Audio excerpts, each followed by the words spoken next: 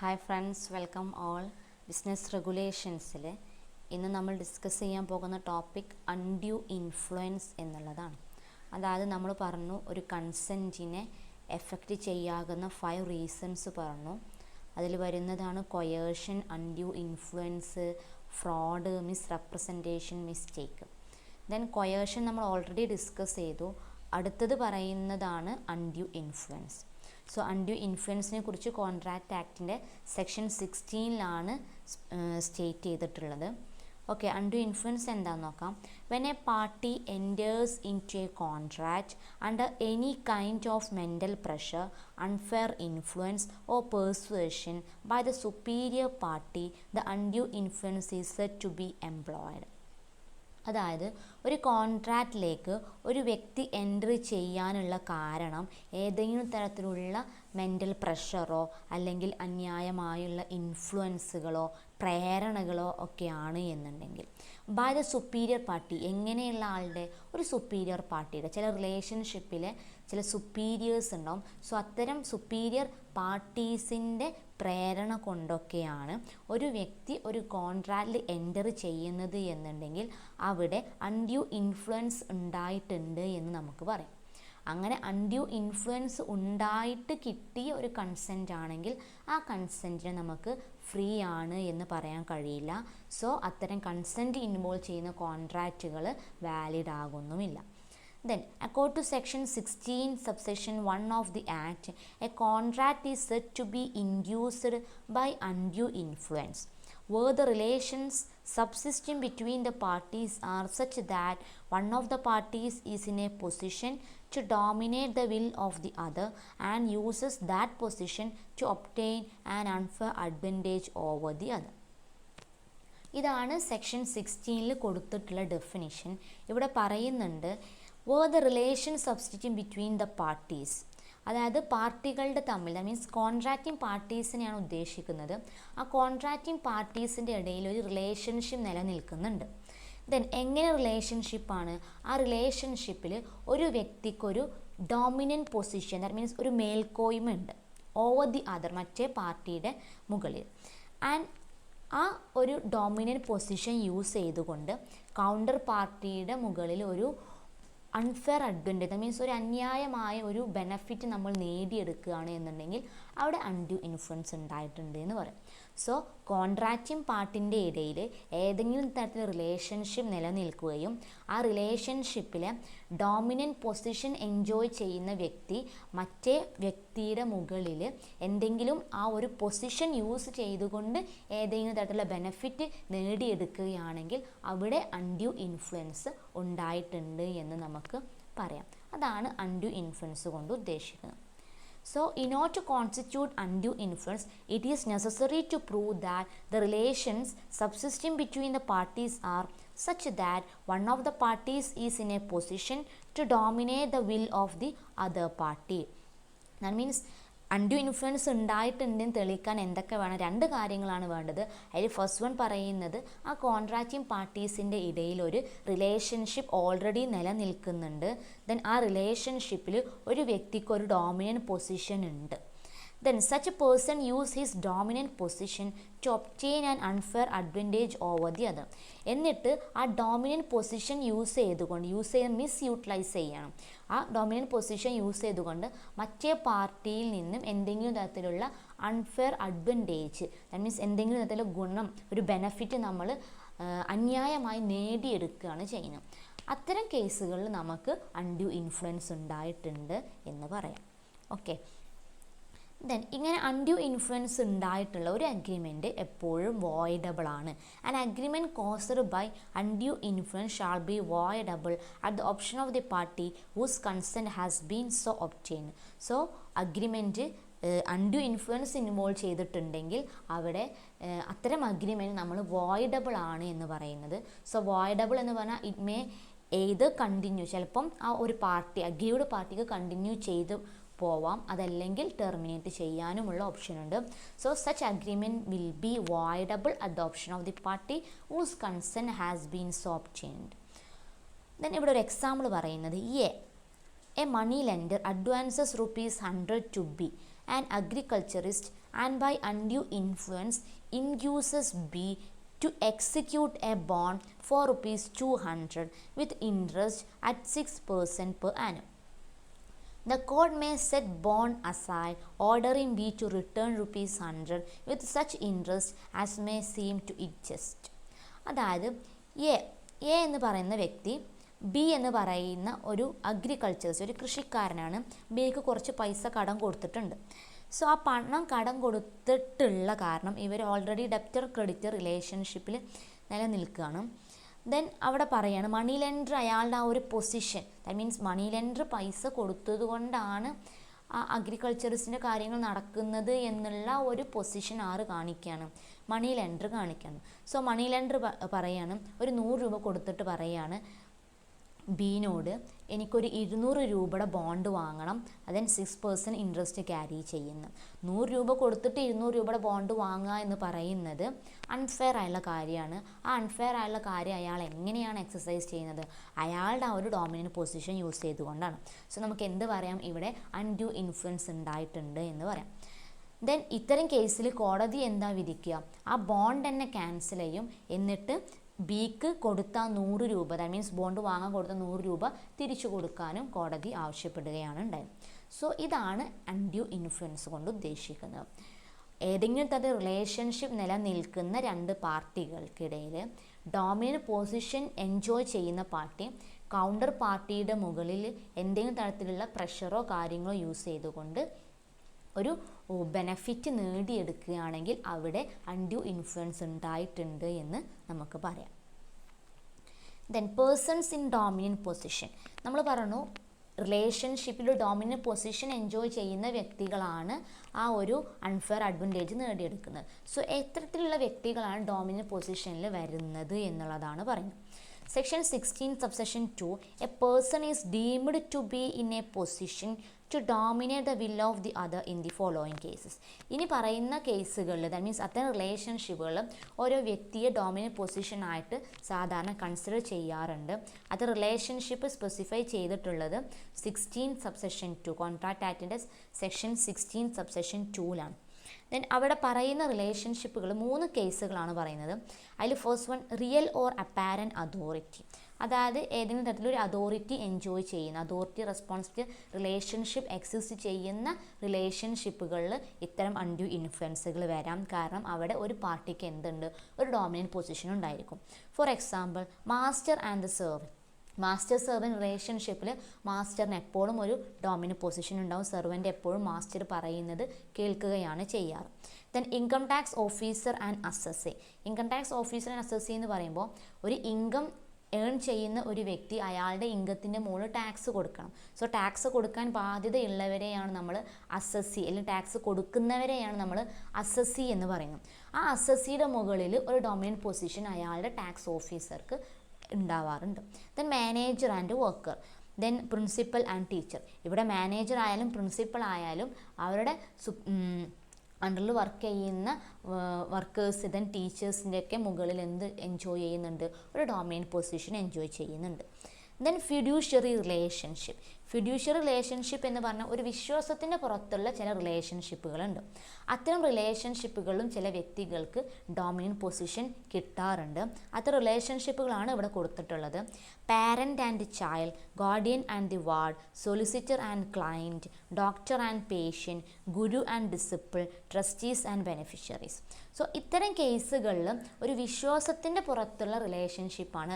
അവിടെയും പാരൻറ്റിനായാലും ഗാർഡിയനായാലും സൊലിസിറ്ററിനായാലും ഡോക്ടറിന്, ഗുരു, then trustees, ഇവരൊക്കെ എന്ത് ചെയ്യുന്നുണ്ട്? ഒരു ഡോമിനൻ്റ് പൊസിഷൻ എൻജോയ് ചെയ്യുന്നുണ്ട്.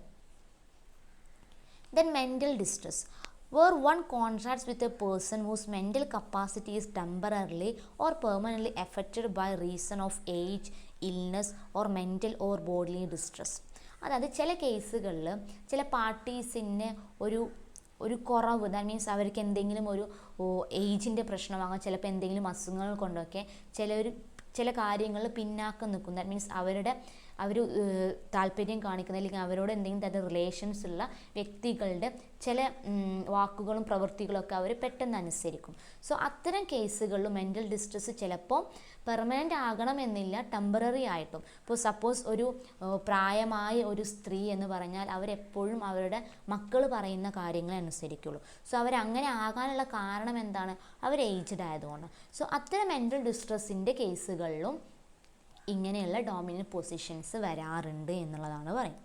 For example, a man enfeebled by disease or age is induced by B's influence over him as his medical attendant to agree to pay B an unreasonable sum for his professional services. B employs undue influence. അതായത് ഇവിടെ രണ്ട് വ്യക്തികളാണ് പറയുന്നത്, A and B. A എന്ന് പറയുന്ന വ്യക്തി aged ആയിട്ട് അല്ലെങ്കിൽ എന്തെങ്കിലും അസുഖങ്ങൾ കൊണ്ട് വളരെ ക്ഷീണിച്ചിട്ടുള്ള ഒരു വ്യക്തിയാണ്. ദെൻ അവരെ പ്രാക്ടീസ് ചെയ്യുന്ന, മീൻസ് അവരെ നോക്കി പരിചരിക്കുന്ന അവരുടെ മെഡിക്കൽ അറ്റൻഡൻ്റ് ഉണ്ട്, അവരാണ് ബി എന്ന് പറയുന്ന വ്യക്തി. സോ ഇവിടെ ബി മെഡിക്കൽ അറ്റൻഡൻ്റ് ആണ്. ദാറ്റ് മീൻസ് ബി ആണ് എൻ്റെ എല്ലാ അസുഖങ്ങളും കാര്യങ്ങളൊക്കെ ചെക്ക് ചെയ്ത് അവരെ നന്നായി പരിചരിക്കുന്ന ഒരു വ്യക്തിയാണ്. സോ ആ എക്ക് എന്തായാലും ബീനോട് ഒരു അനുകമ്പ ഉണ്ടായിരിക്കും. ദാറ്റ് മീൻസ് ബീനെ ഒരു ഡൊമിനൻ്റ് പൊസിഷനിൽ എ കാണും, ബിക്കോസ് അവരുടെ ആ ഒരു ദുർബലത കൊണ്ടാണ്. സോ ഈ കേസിൽ ബിക്ക് ആ ഒരു റിലേഷൻഷിപ്പിൻ്റെ ആ ഒരു ആഴം മനസ്സിലാക്കിക്കൊണ്ട് ബി പറയാണ്, ഞാൻ ഈ ചെയ്യുന്നത്, ദാറ്റ് മീൻസ് അയാളുടെ പ്രാക്ടീസിന്, അയാൾ മെഡിക്കൽ അറ്റൻഡൻ്റ് ആണ്, അയാളുടെ സർവീസിന് അയാൾ അൺറീസണബിൾ എമൗണ്ട് ചോദിക്കുകയാണ് എന്നുണ്ടെങ്കിൽ എ ഡെഫിനറ്റായിട്ട് എടുത്തു കൊടുക്കും. ബിക്കോസ് എക്ക് അത്രത്തോളം പരിചരണം ആരുടെ നിന്ന് കിട്ടുന്നുണ്ട്?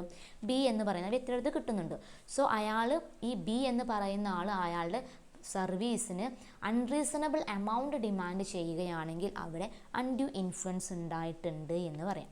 സോ ഇവിടെ ഈ ഒരു വ്യക്തി അയാളുടെ അസുഖം കൊണ്ടോ അല്ലെങ്കിൽ അയാളുടെ ഏജ് കൊണ്ടോ ആണ് ദുർബലനായിട്ടുള്ളത്. സോ ആ ഒരു ദുർബലതയുടെ പുറത്താണ് മറ്റേ പാർട്ടി അവിടെ അൺറീസണബിൾ ആയുള്ള എമൗണ്ട് ഡിമാൻഡ് ചെയ്യുന്നത്. സോ ഇത്തരം കേസുകളും നമുക്ക് അൺഡ്യൂ ഇൻഫ്ലുവൻസ് ഉണ്ടായിട്ടുണ്ട് എന്ന് പറയാം.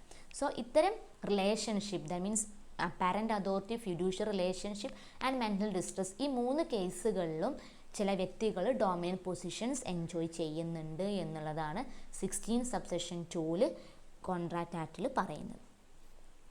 Then condition under which undue influence is suspected. ചില കേസുകളിൽ അൺഡ്യൂ ഇൻഫ്ലുവൻസ് സംശയിക്കപ്പെടാറുണ്ട്. അത്തരം കേസുകളാണ് കൊടുത്തിട്ടുള്ളത്. ഇൻഅഡീക്വസി ഓഫ് കൺസിഡറേഷൻ, അതായത് ഒരു കോൺട്രാക്റ്റിൽ കൺസിഡറേഷൻ ഇൻഅഡീക്വറ്റ് ആണ് എന്നുണ്ടെങ്കിൽ അടുത്ത കൺസെൻറ്റ് ഫ്രീ അല്ലായിരുന്നോ, ദെൻ കൺസെൻറ്റ് അൺഡ്യൂ ഇൻഫ്ലുവൻസ് ഉണ്ടായിട്ടുണ്ടോ എന്ന് ചെക്ക് ചെയ്യും.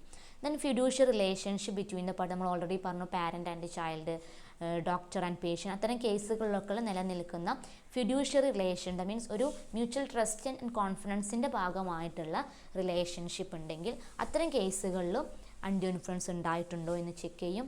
Then inequality between the parties as regards age, intelligence, social status. ചില കോൺട്രാക്റ്റിംഗ് പാർട്ടീസിൻ്റെ ഇടയിൽ ഒരുപാട് വ്യത്യാസം, ദാറ്റ് മീൻസ് ഏജിൻ്റെ കേസുകളിലോ അവിടെ സോഷ്യൽ സ്റ്റാറ്റസിൻ്റെ കേസുകളൊക്കെ ഒരുപാട് വ്യത്യാസം കാണിക്കുന്നുണ്ടെങ്കിൽ അവിടെ അൺഡ്യൂ ഇൻഫ്ലുവൻസ് ഉണ്ടായിട്ടുണ്ടോ എന്ന് ചെക്ക് ചെയ്യാറുണ്ട്. ദെൻ പർദനാഷിൻ വുമൺ എന്ന് പറഞ്ഞാൽ റിലീജിയസ് ബിലീഫിൻ്റെ ഭാഗമായിട്ട് പർദ്ദയും ദെൻ മുഖമൊക്കെ കവർ ചെയ്തിട്ടുള്ള ചില സ്ത്രീകളുണ്ട്. അവർ അവരുടെ വീട്ടിനുള്ളിൽ ഒതുങ്ങിക്കൂടുന്നവരാണ്, വീട്ടിനുള്ളിൽ ഉള്ളവരുമായിട്ട് മാത്രമാണ് ഡീലിങ്സ് ഉള്ളത്. പുറത്തിറങ്ങുകയോ മറ്റുള്ള പുരുഷന്മാരോട് സംസാരിക്കുകയോ ഒന്നും ചെയ്യാത്ത ചില സ്ത്രീകളുണ്ട്, അവരെയാണ് പർദ്ദനാഷിൻ വുമൺ എന്ന് പറയുന്നത്. ദെൻ അൺകോൺഷ്യബിൾ ബാർഗെയിൻസ്, ചില കോൺട്രാക്റ്റുകളിൽ നമുക്ക് വിശ്വസിക്കാനാകാത്ത തരത്തിൽ ബാർഗെയിൻ നടന്നിട്ടുണ്ടാവും. അത്തരം കോൺട്രാക്റ്റുകളിലും എന്തെങ്കിലും തരത്തിലുള്ള അൺഡ്യൂ ഇൻഫ്ലുവൻസ് ഉണ്ടായിട്ടുണ്ടോ എന്ന് സസ്പെക്ട് ചെയ്യാറുണ്ട്. Then next one, no presumption of dominant position. Then dominant position ഉണ്ട് എന്ന് മുൻവിധിക്കാത്ത, മീൻസ് അങ്ങനെ ഒരു അനുമാനം വെക്കാത്ത ചില റിലേഷൻഷിപ്പുകളുണ്ട്. അതാണ് husband and wife, creditor and debtor, landlord and tenant, principal and agent. ഈ പറഞ്ഞ 4 റിലേഷൻഷിപ്പുകളിൽ നോർമലി ഡോമിനൻ്റ് പൊസിഷൻ്റെ ഒരു പ്രോബ്ലം കൺസിഡർ ചെയ്യാറില്ല. ഇനി ഇത്തരം റിലേഷൻഷിപ്പുകളും അൺഡ്യൂ ഇൻഫ്ലുവൻസ് വരാം, അതിന് ചാൻസ് ഉണ്ട്. സോ അത്തരം അൺഡ്യൂ ഇൻഫ്ലുവൻസ് വരുന്നുണ്ടെങ്കിൽ അത് ആ അഗ്രീഡ് പാർട്ടി തെളിയിക്കൽ നിർബന്ധമാണ്. ദെൻ കോൺട്രാക്ട്സ് വിത്ത് പർദ്ദനാഷിൻ വുമൺ. നമ്മൾ ഓൾറെഡി പറഞ്ഞു, പർദ്ദനാഷിൻ വുമൺ എന്ന് പറഞ്ഞാൽ റിലീജിയസ് ബിലീഫിൻ്റെ ഭാഗമായിട്ട് പർദ്ദയാണെങ്കിൽ മുഖമൊക്കെ കവർ ചെയ്ത് വീട്ടിൻ്റെ പുറത്തേക്കൊന്നും ഇറങ്ങാതെ മറ്റുള്ള വീട്ടിൽ പുറത്തുള്ള പുരുഷന്മാരോട് ഒരു തരത്തിലുള്ള ഡീലിങ്സും വെക്കാത്തവരാണ്. സോ അത്തരം പർദ്ദനാശിൻ വുമൺ ഏതെങ്കിലും തരത്തിൽ കോൺട്രാക്റ്റ് എൻ്റർ ചെയ്യുകയാണെങ്കിൽ അത്തരം കോൺട്രാക്റ്റ് എപ്പോഴും അൺഡ്യൂ ഇൻഫ്ലുവൻസ് ഉണ്ടായിട്ടുണ്ടോ എന്നുള്ള ചെക്ക് ചെയ്യാറുണ്ട്. സോ അത്തരം കോൺട്രാക്ട്സുമായി ബന്ധപ്പെട്ട ചില കേസുകളാണ് ഇവിടെ പറയുന്നത്. A contract with pardanashin woman is presumed to have been influenced by undue influence. അതായത് പർദ്ദനാശിൻ വുമൺ ഇൻവോൾവ് ചെയ്തിട്ടുള്ള ഒരു കോൺട്രാക്റ്റിൽ അൺഡ്യൂ ഇൻഫ്ലുവൻസ് ഉണ്ടായിട്ടുണ്ടോ എന്ന് ചെക്ക് ചെയ്യും. Any person who enters into contract with pardanashin woman has to prove that no undue influence was exercised in obtaining her consent. അതായത് അത്തരം പർദ്ദനാശിൻ woman involve ചെയ്തിട്ടുള്ള കോൺട്രാക്റ്റിൽ ആ വുമണിൻ്റെ കൺസെൻറ്റ് ഒബ്റ്റെയിൻ ചെയ്യാൻ ഒരു തരത്തിലുള്ള ഇൻഫ്ലുവൻസ് നടത്തിയിട്ടില്ല എന്നുള്ളത് മറ്റേ പാർട്ടിക്ക് തെളിയിക്കേണ്ടതായിട്ടുണ്ട്. The court, when called upon to deal with a deed executed by Pardhanashin woman, must satisfy upon evidence that the deed was executed normally by her with full understanding of what she was about to do. അതായത് ഇങ്ങനെ പർദ്ദനാശിൻ woman involve ചെയ്ത കോൺട്രാക്റ്റുമായി ബന്ധപ്പെട്ട് അവരുടെ സമ്മതം free ആണ് എന്ന് തെളിയിക്കുന്നതുമായി ബന്ധപ്പെട്ട് ആ സ്ത്രീ സാറ്റിസ്ഫൈ ചെയ്യേണ്ട ചില കണ്ടീഷൻസ് ആണ് പറയുന്നത്. അതിൽ ഫസ്റ്റ് വൺ പറയുന്നത് അവരുടെ സമ്മതം കൊടുക്കുന്നത് എല്ലാ കാര്യങ്ങളും മനസ്സിലാക്കിക്കൊണ്ടാണ് എന്നുള്ളത് തെളിയിക്കണം. Then she had full knowledge of natural effect of to the transaction in which she is said to have entered. അതായത് ആ സ്ത്രീ എൻ്റർ ചെയ്തുള്ള ട്രാൻസാക്ഷനുമായി ബന്ധപ്പെട്ട് എല്ലാ കാര്യങ്ങളും അവർക്കറിയാം. അതിൻ്റെ നാച്ചുറായാലും ദെൻ അതിൻ്റെ ആഫ്റ്റർ ഇഫക്റ്റുകളായാലും എല്ലാ കാര്യങ്ങളും അവർക്ക് വ്യക്തമായി അറിയാമെന്നുള്ളത് സാറ്റിസ്ഫൈ ചെയ്യണം. Then she had independent and disinterested advice in the matter. Then ആ ഒരു ട്രാൻസാക്ഷൻ അല്ലെങ്കിൽ ആ ഒരു മാറ്ററുമായി ബന്ധപ്പെട്ട് അവർക്ക് സ്വതന്ത്രമായിട്ടുള്ള തീരുമാനമാണ്, അവരെ ആരും ഇൻഫ്ലുവൻസ് ചെയ്തിട്ടില്ല എന്ന് സാറ്റിസ്ഫൈ ചെയ്യണം. സോ ഇത്തരം പർദ്ദനാശിൻ വുമൺ ഇൻവോൾവ് ചെയ്ത കോൺട്രാക്റ്റിന് ഒരു സ്പെഷ്യൽ സാറ്റിസ്ഫാക്ഷൻ, അതായത് അതുമായി ബന്ധപ്പെട്ട് ചില കാര്യങ്ങൾ പ്രത്യേകം നമ്മൾ കൺസിഡർ ചെയ്യേണ്ടതുണ്ട്. കാരണം ഇങ്ങനെ പർദ്ദനാശിൻ വുമണുമായി ബന്ധപ്പെട്ടുള്ള കോൺട്രാക്ട്സിൽ അൺഡ്യൂ ഇൻഫ്ലുവൻസ് നടക്കാനുള്ള ചാൻസ് ഉള്ളതുകൊണ്ട്. ദെൻ കൊയേർഷൻ അൺഡ്യൂ ഇൻഫ്ലുവൻസ് തമ്മിലുള്ള ഡിഫറൻസുകളാണ് പറയുന്നത്. അതായത് നമ്മൾ പറഞ്ഞു കൺസെൻറ്റിനെ ഇൻഫ്ലുവൻസ് ചെയ്യാനുള്ള കോസസ് ആണ് ഒന്ന് coercion, then second one undue influence. ഈ കൊയേർഷനും അൺഡ്യൂ ഇൻഫ്ലുവൻസ് തമ്മിൽ ചില വ്യത്യാസങ്ങളുണ്ട്, അതാണ് ഇനി പറയുന്നത്. അതിൽ first one nature of force. Coercion involve physical force while undue influence involves moral pressure. നമുക്കറിയാം കൊയേർഷൻ എന്ന് പറഞ്ഞാൽ എന്തെങ്കിലും തരത്തിലുള്ള IPC ഫോർബിഡൻ ചെയ്തുള്ള ആക്റ്റുകൾ ചെയ്തുകൊണ്ടോ ചെയ്യുമെന്ന് ഭീഷണിപ്പെടുത്തും, അല്ലെങ്കിൽ എന്തെങ്കിലും തരത്തിലുള്ള പ്രോപ്പർട്ടികൾ തടഞ്ഞു വെക്കുക അല്ലെങ്കിൽ തടഞ്ഞു വെക്കുമെന്ന് ഭീഷണിപ്പെടുത്തും. സോ അവിടെ പറയുമ്പോൾ തന്നെ നമുക്കറിയാം ഒരു തരത്തിലുള്ള ഫിസിക്കൽ ഫോഴ്സാണ് അവിടെ നിലനിൽക്കുന്നത്. അതേസമയം അൺഡ്യൂ ഇൻഫ്ലുവൻസിൽ ഒരു മോറൽ പ്രഷറാണ്. അതായത് നിലവിലുള്ള റിലേഷൻഷിപ്പിൽ ഡോമിനൻറ്റ് പൊസിഷൻ എൻജോയ് ചെയ്യുന്ന വ്യക്തി മറ്റേ വ്യക്തിയുടെ മുകളിൽ ഒരു പവർ, ദാറ്റ് മീൻസ് അവരുടെ ആ ഒരു പൊസിഷനിൽ നിന്ന് കിട്ടുന്ന പവർ എക്സസൈസ് ചെയ്യണം. സോ അതൊരു മോറൽ പ്രഷറായിട്ട് നമുക്ക് കൺസിഡർ ചെയ്യാം. ദെൻ റിലേഷൻഷിപ്പിൻ്റെ ബേസിൽ in coercion parties to a contract may or may not be related to each other. കൊയേർഷൻ്റെ കേസിൽ ആ കോൺട്രാക്റ്റിംഗ് പാർട്ടീസിൻ്റെ ഇടയിൽ ഓൾറെഡി ഒരു റിലേഷൻഷിപ്പ് നിലനിൽക്കുന്നുണ്ട് എന്ന് നമ്മൾ പറയുന്നില്ല. അതേസമയം അൺഡ്യൂ ഇൻഫ്ലുവൻസിൻ്റെ കേസിൽ parties to a contract are related to each other and some sort of relationship. Undue ഇൻഫ്ലുവൻസിൻ്റെ കേസ് തന്നെ വരുന്നത് എപ്പോൾ മാത്രമാണ്?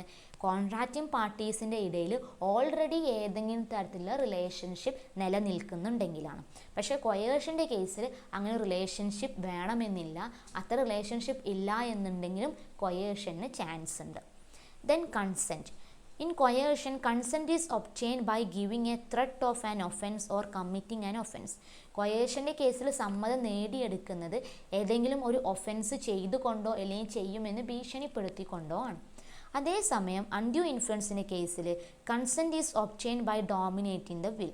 അതായത് ആ ഡോമിനേറ്റിംഗ് പൊസിഷൻ എൻജോയ് ചെയ്യുന്ന വ്യക്തിയാണ് അവർ സമ്മതം നേടിയെടുക്കുന്നത്. അപ്പോഴാണ് നമ്മൾ അൺഡ്യൂ ഇൻഫ്ലുവൻസ് ഉണ്ടായിട്ടുണ്ട് എന്ന് പറയുന്നത്. Then fourth one, who can exercise? In coercion, it can be exercised even by a stranger to the contract. നമ്മൾ കൊയേഷൻ ഡിസ്കസ് ചെയ്തപ്പോൾ പറഞ്ഞു, കൊയേഷൻ്റെ കേസിൽ even stranger to the contract can also exercise coercion. Contracting parties തന്നെ ആവണം എന്നില്ല കൊയേഷൻ employ ചെയ്യുന്നത്. ഒരു തേർഡ് പാർട്ടി കൊയേഷൻ ചെയ്താലും അത് കൊയേഷനായിട്ട് കൺസിഡർ ചെയ്യുകയും ആ കോൺട്രാക്റ്റ് വോയിഡബിൾ ആവുകയും ചെയ്യും. ദെൻ അതേസമയം അൺഡ്യൂ ഇൻഫ്ലുവൻസിൽ it can be exercised only by a party to contract and not by a stranger. Undue influence ഉണ്ടായിട്ടുണ്ടെങ്കിൽ അത് ആ കോൺട്രാക്റ്റിംഗ് പാർട്ടീസ് തന്നെ ചെയ്തതാവണം. അതല്ലാതെ പുറത്തു നിന്ന് ഒരാൾ ഏതെങ്കിലും തരത്തിലുള്ള പ്രഷർ ചെയ്തിട്ടുണ്ടെങ്കിൽ അത് അൺഡ്യൂ ഇൻഫ്ലുവൻസ് ആയിട്ട് കൺസിഡർ ചെയ്യൂല. Then presumption. Coercion has to be proved by the aggrieved party alleging it is not presumed by the law. അതായത് കൊയേഷൻ്റെ കേസിൽ കൊയേഷൻ ഉണ്ടായിട്ടുണ്ട് എന്നുള്ളത് ആ സഫർ ചെയ്ത പാർട്ടിയെ തെളിയിക്കൽ നിർബന്ധമാണ്. സോ ആരുടെ സമ്മതമാണോ കൊയേഷൻ വഴി നേടിയെടുത്തത് ആ വ്യക്തി കൊയേഷൻ ഉണ്ടായിട്ടുണ്ട് എന്ന് തെളിയിക്കണം. ദെൻ അൺഡ്യൂ ഇൻഫ്ലുവൻസിൻ്റെ കേസിൽ there is presumption of undue influence in the case of certain relationship. അതായത് ആക്റ്റിൽ തന്നെ പ്രത്യേകം പറഞ്ഞിട്ടുണ്ട് ചില റിലേഷൻഷിപ്പിൻ്റെ കേസിൽ അൺഡ്യൂ ഇൻഫ്ലുവൻസ് ഉണ്ടാകാം എന്നുള്ളത്. സോ അതാണ് പ്രിസംഷൻ ഉണ്ട് എന്ന് പറയുന്നത്. പക്ഷേ അതേസമയം കൊയേഷൻ്റെ കേസിൽ ഒരു പ്രിസംഷനും വെച്ചിട്ടില്ല. Then restoration of the benefit. The aggrieved party who is resigning the contract has to return the benefit received to the other party. അതായത് കൊയേഷൻ്റെ കേസിൽ അഗ്രീവ്ഡ് പാർട്ടി ഈ ഒരു കോൺട്രാക്റ്റ് ടെർമിനേറ്റ് ചെയ്യുമ്പോൾ ആ വ്യക്തി ഏതെങ്കിലും തരത്തിലുള്ള ബെനഫിറ്റ് റിസീവ് ചെയ്തിട്ടുണ്ടെങ്കിൽ അത് തിരിച്ചു കൊടുക്കൽ നിർബന്ധമാണ്. Then undue influence, the aggrieved party may or may not be required to return the benefit in whole or in part as per court's direction. അതായത് അൺഡ്യൂ ഇൻഫ്ലുവൻസ് ഉണ്ടായിട്ടുണ്ടെങ്കിൽ അവിടെ അഗ്രീവ്ഡ് പാർട്ടി തന്നെ സഫർ ചെയ്ത വ്യക്തി കോടതി പറയുന്ന പ്രകാരമാണ് ആ ബെനിഫിറ്റ് റിട്ടേൺ ചെയ്യുകയും ചെയ്യാതിരിക്കുകയും ചെയ്യുന്നത്. സോ അവിടെ രണ്ടിനുള്ള ചാൻസ് ഉണ്ട്. പക്ഷേ കൊയേഷൻ്റെ കേസിൽ ബെനിഫിറ്റ് എന്ത് റിസീവ് ചെയ്തിട്ടുണ്ടെങ്കിൽ അത് തിരിച്ചു കൊടുക്കൽ നിർബന്ധമാണ്, റിസ്റ്റോറേഷൻ നിർബന്ധമാണ്. Then criminal element. In coercion it entails criminal liability. അതായത് കൊയേഷൻ്റെ കേസ് നമ്മൾ ഓൾറെഡി പറഞ്ഞു IPC ഫോർബിഡൻ ചെയ്ത ആക്റ്റാണ് ചെയ്യുന്നത്. സോ അവിടെ ഒരു ക്രിമിനൽ എലമെൻറ്റ് വരുന്നുണ്ട്. പക്ഷേ അൺഡ്യൂ ഇൻഫ്ലുവൻസിൻ്റെ കേസിൽ doesn't involve any criminal liability. അവിടെ ഒരു ക്രിമിനൽ ലാബിലിറ്റി എന്ന് പറയാൻ മാത്രം ഒന്നുമില്ല. കാരണം നിലനിൽക്കുന്ന ഒരു റിലേഷൻഷിപ്പിൽ ഡൊമിനൻ്റ് പൊസിഷൻ എൻജോയ് ചെയ്യുന്ന വ്യക്തിയുടെ ഒരു മോറൽ പ്രഷറിൽ നിന്നാണ് അവിടെ കൺസെൻറ്റ് വരുന്നത്. സോ അവിടെ ഒരു ക്രിമിനൽ ആക്റ്റായിട്ട് ഒന്നും വരുന്നില്ല. Then last one, place of use. In coercion, the act or the threat amounting to coercion may be committed outside, even outside India. അതായത് കൊയേഷൻ്റെ കേസിൽ നമ്മൾ പറഞ്ഞിട്ടുണ്ടായിരുന്നു കൊയേഷനുമായി ബന്ധപ്പെട്ട ആക്ട് നടന്നത് ഈവൻ ഇന്ത്യക്ക് പുറത്താണെങ്കിലും അത് കൊയേഷനായിട്ട് പരിഗണിക്കും. ദാറ്റ് മീൻസ് IPC അപ്ലിക്കബിൾ അല്ലാത്ത സ്ഥലത്ത് വെച്ചിട്ടാണ് അങ്ങനെ IPC ഫോർബിഡൻ ചെയ്ത ആക്ട് നടന്നത് എന്നുണ്ടെങ്കിലും അത് കൊയേഷൻ്റെ പരിധിയിൽ വരുന്നതാണ്. In case of undue influence it must have been exercised in India. പക്ഷേ അൺഡ്യൂ ഇൻഫ്ലുവൻസുമായി ബന്ധപ്പെട്ടിട്ടുള്ള ആക്ട് ദാറ്റ് മീൻസ് നമ്മൾ പറഞ്ഞ ആ റിലേഷൻഷിപ്പും അതുമായി ബന്ധപ്പെട്ട പ്രഷറൊക്കെ നടക്കുന്നത് ഇന്ത്യയിൽ തന്നെ ആകണം. എന്നാലേ അത് അൺഡ്യൂ ഇൻഫ്ലുവൻസ് ആയിട്ട് കോൺട്രാക്റ്റ് ആക്ട് പരിഗണിക്കുള്ളൂ. സോ ഇത്രയാണ് കൊയേഷനും അൺഡ്യൂ ഇൻഫ്ലുവൻസുമുള്ള വ്യത്യാസങ്ങൾ വരുന്നത്. ദെൻ അൺഡ്യൂ ഇൻഫ്ലുവൻസുമായി ബന്ധപ്പെട്ട എല്ലാ പോയിൻറ്റ്സും കവർ ചെയ്തിട്ടുണ്ട്. Okay, thank you.